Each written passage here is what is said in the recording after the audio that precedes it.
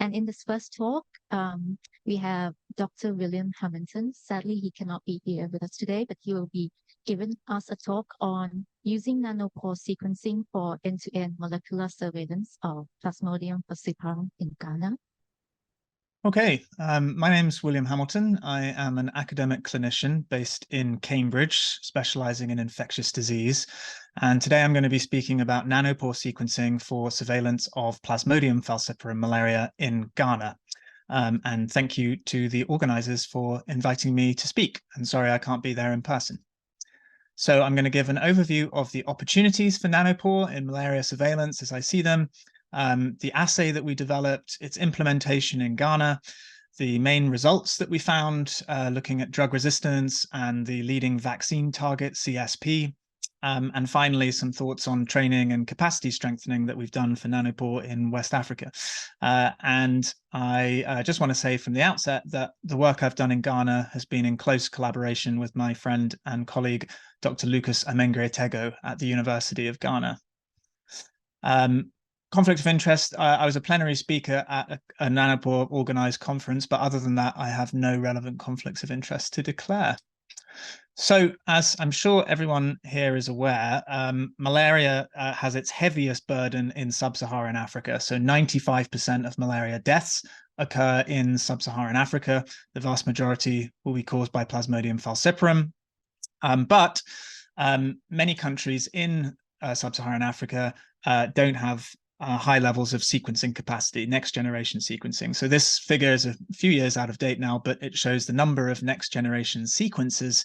And for many countries in Africa, it is far below what would be needed for a robust genomic surveillance system. South Africa being a noticeable exception. And so one question is, could nanopore help to fill this gap in sequencing capacity? So what is nanopore? It's a form of sequencing where a biological molecule, in this case DNA, is passed through a pore in a membrane. That disrupts the flow of current across the membrane, which can be detected with a current meter. And it can be what's called base called to infer what the sequence of DNA is, the sequence of genetic letters that goes through the pore. And there are some advantages. It gives you long DNA sequence reads, which can be desirable for various reasons. It's relatively cheap. It can be transportable. So the handheld MinION device, which we used in this study, costs about $1,000 US, which is a lot cheaper than any of its competitors. The main downside has been a perceived lower accuracy. But that accuracy has been improving year on year, and it's now in excess of 99% accuracy, which is not so far away from Illumina, although still behind Illumina. And there's been a real takeoff of sequencing of SARS-CoV-2 in Africa in recent years, and nanopore has been a significant component of that. So many of these sites that you can see came online with nanopore for COVID sequencing. And as COVID enters its sort of endemic phase, I think is an open question whether we can harness some of that sequencing capacity that's been built for COVID and apply it to other high priority pathogens such as malaria, HIV, TB, and antimicrobial resistance. And so that's something I'm very keen on, is whether we can get that COVID capacity and inject it into malaria. And why would we want to do that? What good is sequencing for malaria? Well, as I'm sure we'll hear in other talks in this conference, antimalarial resistance is a key threat to malaria control. This plot shows the introduction of different antimalarials and the date where resistance first emerged, marked with an R. The latest being artemisinin-based combination therapy, ACT, where we first saw partial resistance to artemisinins emerge in Southeast Asia and now, unfortunately, also in Eastern Africa. And the World Health Organization has said in its strategy to respond to antimalarial resistance in Africa that strengthening molecular surveillance is a key component of that, to be able to monitor resistance markers. We also have the approval of the world's first malaria vaccines. So the RTSS vaccine, which targets this protein, circumsporozoite protein, CSP. And CSP has this very repetitive central region where there's 4 amino acids, N, A, N, P, that are repeated over and over again. And if you get a very repetitive sequence, then it's quite hard to sequence that very well, especially with shorter DNA reads. And then the C-terminal region of the gene is what gives rise to a lot of the T-cell immunity. So that's the CSP bit that's in the vaccine, due for being rolled out across medium to high transmission settings. And just recently, excitingly, another vaccine called R21 has been recommended by the WHO, and that also targets that same gene, CSP. So seeing what happens to that gene as these vaccines are released, I think is also going to be interesting going forward in this new era of malaria vaccines. So we designed this multiplex PCR. So that's PCR where you have primers to multiple targets that you want to amplify regions of interest in the genome. And I call this DRAG, which is for drug resistance plus antigen, for the CSP antigen. And here you can see for a bunch of different lab isolates from different areas around the world, Africa, Asia, and South America are all represented here. And basically, this is for those not used to wet lab stuff, each band is a target, but it's a bit of DNA that's been amplified in this reaction. So we've got a little fragment of the gene CRT, that's the chloroquine resistance transporter, and that just targets one locus that's used for predicting chloroquine resistance. MDR1, that's multi-drug resistance protein 1, and then the genes DHFR and DHPS, which are the targets of sulfadoxine pyrimethamine, SP, that's used as prophylaxis for pregnancy and young children. And then the entire propeller domain of the gene Kelch13, so it's about 900 base pair fragment as a single amplicon, which is the main marker for artemisinin partial resistance. And finally, the heaviest fragment that we amplified was 1,000 base pair, which covers almost the entirety of CSP. So it goes right the way through that repetitive central region and into the C-terminus, which is used in the vaccines. So these are, ranging in size from around 200 base pairs up to 1,000 base pairs, so a lot bigger than you could get with Illumina reads in a single multiplex reaction. And this was with lab isolate, so kind of purified falciparum DNA. We then tried it with venous blood that had been depleted of white blood cells, so it kind of removes human DNA, and we got all the bands that we wanted. And then finally, we tried it with dry blood spots, going right the way down to the lowest parasitemias. And dry blood spots are the kind of the hardest samples to work with because they've got lots of human DNA and they're not such good quality. And so it was reassuring that we could still see these bands even down to very low parasitemia, still microscopy positive samples. And that's without any amplification step. So it saves quite a lot of time that you don't have to do any selective whole genome amplification. You just go straight from dry blood spot to PCR to sequencing. And that was very much by design. It was kind of in the spirit of what we were trying to do, as have something that could be rapid, relatively straightforward to implement in endemic settings. And so we did that. We implemented the sequencing workflow in 2 sites in Ghana, in Accra at the coast and in Navrongo in the Upper East region, which are at opposite lengths of the country. So that entailed a long journey in a pickup truck that was filled to the brink. And here you can see Lucas trying to figure out whether he can fit any more stuff into this pickup truck. So it was full of, as well as our stuff, tubes and some flammable ethanol stuff for the lab. Because Accra, the capital, was a quite well-equipped lab in the University of Ghana, whereas Navrongo needed a bit more support for getting it set up to actually do the sequencing, basically. And they're quite epidemiologically different. So Accra, very urban environment, perennial transmission, whereas Navrongo, very rural. There's very strong seasonality in the north. So high transmission in the rainy season and then much lower in the dry season. And we went in the height of the rainy season to make sure we'd get lots of malaria cases. So interesting kind of contrasting sites to try and do the sequencing. So this is an overview of the workflow. We would collect the sample, and then sometimes if we were doing the leukodepletion, so that's removing white blood cells, there was that processing, or if it was dry blood spots, then just work direct from the blood spot. Then DNA extraction, multiplex PCR, you could check it on the gel, like I just showed you some images of, and then the nanopore sequencing. So that's all the kind of wet lab side of things. When the nanopore sequencer is running, it can do real-time base calling if you've got a decent laptop. So that's producing the actual DNA sequence reads from the current recording. I then designed a rapid analysis workflow working with colleagues in the pathogen informatics team at the Wellcome Sanger Institute. And I called that NanoRave, the Nanopore Rapid Analysis and Variant Explorer, which I'll talk more about in a second. But the gist of that is that it maps your DNA sequence reads against the reference genome. But rather than the full parasite genome, we just use the genes that are targeted in the Amplicon PCR assay, and then you see if there are any differences between the sequence reads and the references that you're expecting, and that gets called, and then you can do some analysis of those variants in order to have your kind of outputs, which is the frequency of drug resistance markers. And that's the informatics workflow. Again, by design, I wanted everything to be able to run essentially just off a laptop without needing internet for the informatics. So there's no upload to a cloud because the internet's not always reliable where we are. And so this was basically the setup. Is you've got a high-spec gaming laptop, and it's high spec, but still just a commercial laptop. So this is the kind of thing that, you know, many people who are into gaming might have at home, playing Halo or whatever. And then that's connected to the sequencer, which is that handheld device, the MinION. And so the MinION's doing the sequencing, real-time base calling on the laptop, and then we ran the informatics pipeline using a Linux subsystem running on the Windows machine for the laptop. So a single kind of sequencing plus analysis workstation from a commercially available laptop.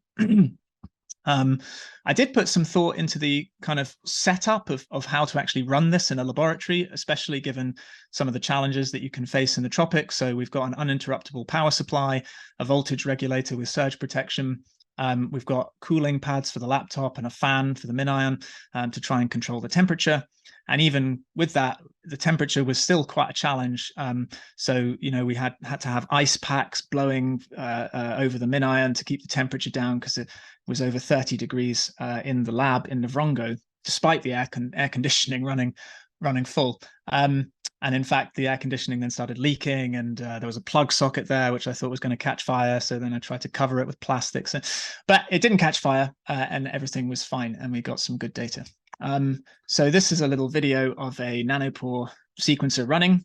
You can see the sort of flashing dots. Basically, if it's green, it means there's some DNA that's going through the pore. So this is working well. There's lots of green, which is what we want to see.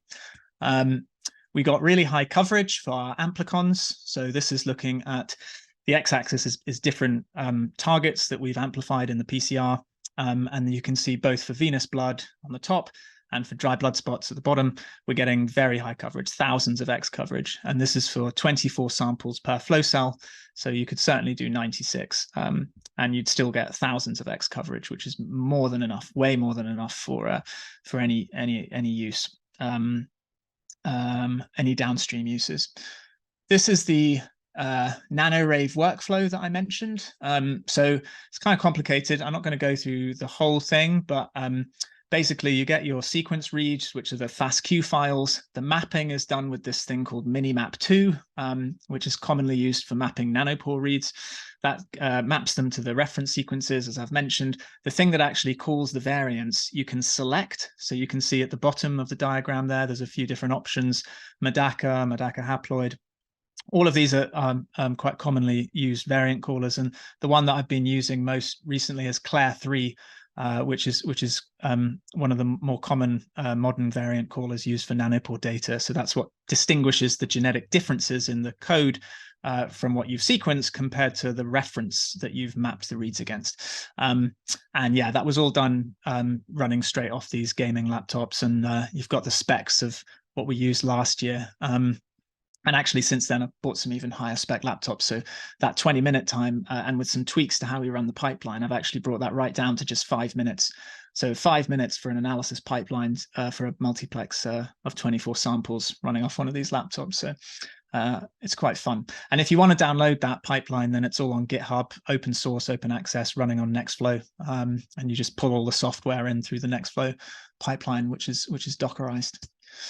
So these were the main kind of results of if you take those genetic variant calls and then you plot them as frequencies. So with chloroquine, for example, this is looking at a genetic marker at position amino acid 76 of the chloroquine resistance transporter. If you have the K allele, then you're susceptible. If you have the T allele, then you are resistant. And so resistant here is in yellow and susceptible in blue. And so there's lots of parasites that are resistant, that are susceptible to chloroquine. And I was surprised until I read up on the literature. And actually, it is now clear that the number of parasites that are chloroquine resistant has been declining markedly in Ghana over the last sort of 15, 20 years, perhaps presumably because they switched to artemisinin-based combination therapy and don't use so much chloroquine anymore. But it is striking how much that's flipped around. So nearly all of the parasites in Ghana now were chloroquine susceptible, and that's consistent with other studies. Lots of resistance to sulfadoxine pyrimethamine, but none of the really high-level resistance that means that the intermittent treatment for pregnancy can have declining efficacy. So fortunately, that seems to still be an effective treatment on the basis of not having any of those high-level resistance markers. And we didn't find any markers of resistance to artemisinins. So none of the mutations in Kelch13 that have been described in East Africa were found in this West African sample. And that was a very quick turnaround. So you can go from taking your sample, DNA extraction, sequencing can be done in a day, day and a half, and then you can run that analysis pipeline, which, like I said, I mean, it actually takes about 5 minutes really to run on that laptop. And then you might want to, play around in R for a bit to produce some plots, which, depending on how speedy you are in your programming, I'm sure Oliver could do, over a T. So yeah, around 2 days for sample to analysis output, which is quite speedy, I think. I'm going to turn now to talking about the vaccine target, circumsporozoite protein, CSP. So CSP runs backwards on the chromosome, which is why this arrow goes from right to left. And this image is showing short-read Illumina sequence data mapped against that CSP gene. And you can see that in the middle of the gene, which is indicated by the blue arrow, there's that central repeat region where the reads don't map very well, so the coverage drops off. So that's what happens with short reads, and basically it's because it's so repetitive that the software doesn't know where to put the reads, so the coverage drops.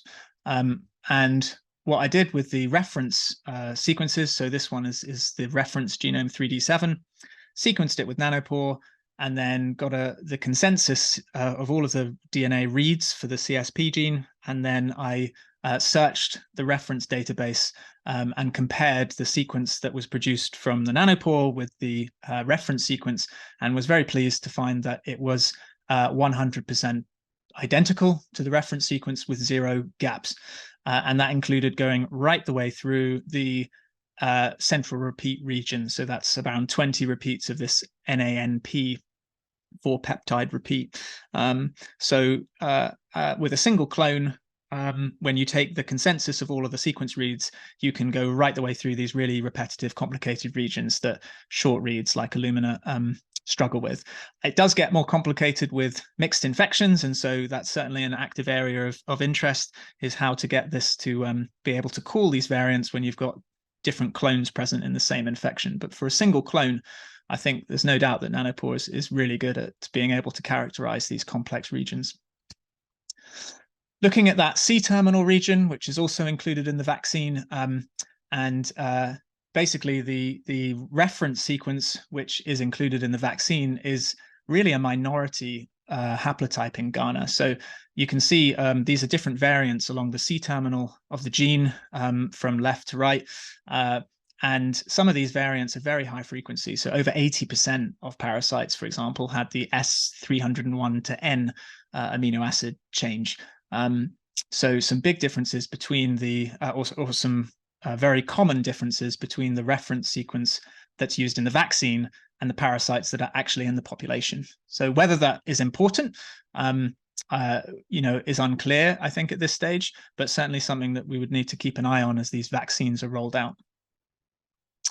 We can compare that with Illumina using the malaria gen data resource, so PF7. This is 20,000 whole genome sequences of Plasmodium falciparum, and with Nanopore data in orange and Illumina in gray, looking at the frequencies of these different mutations in the C-terminus, and basically they're very, very similar. So good agreement between the Nanopore data and the Illumina data, which is reassuring that the assay is working as you'd hope.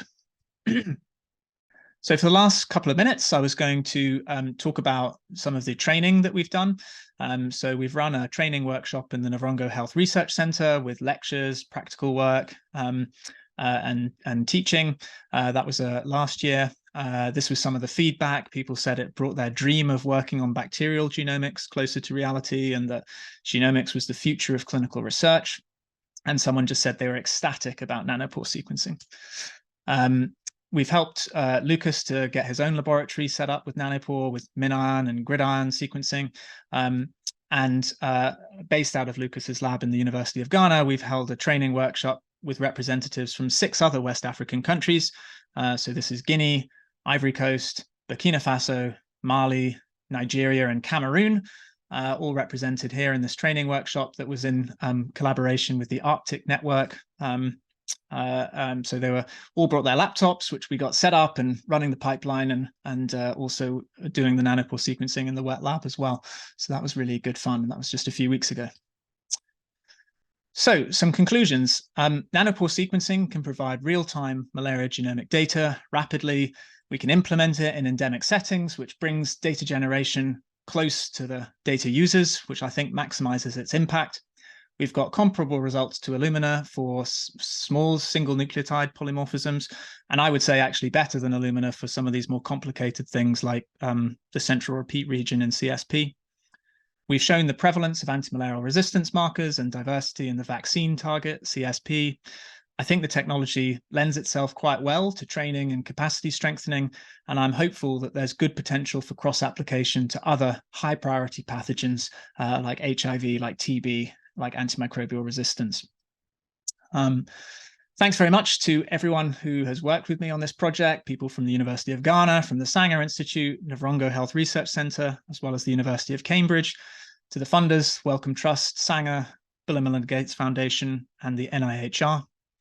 And with that, I may not actually be able to take questions because I don't think I will physically be present. So, but people can contact me via Oliver if you would like to ask any questions. And I will leave you with this quote from the Nobel laureate, Dr. Wangari Maathai, which I enjoy.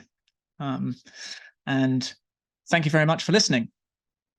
We thank Will for his rather exciting talk. I mean, actually, in a way, this goes back to the question we asked beforehand. When you have 2 days from sampling to getting sequence data, I think realistically, this would be a very strong tool for the evaluation phase, this region. So I think this, I mean, and this is all really very new. And I think it's a very, very exciting development over the next few years. This could be, in a way, a more realistic way of conducting surveillance very near to the point of sampling based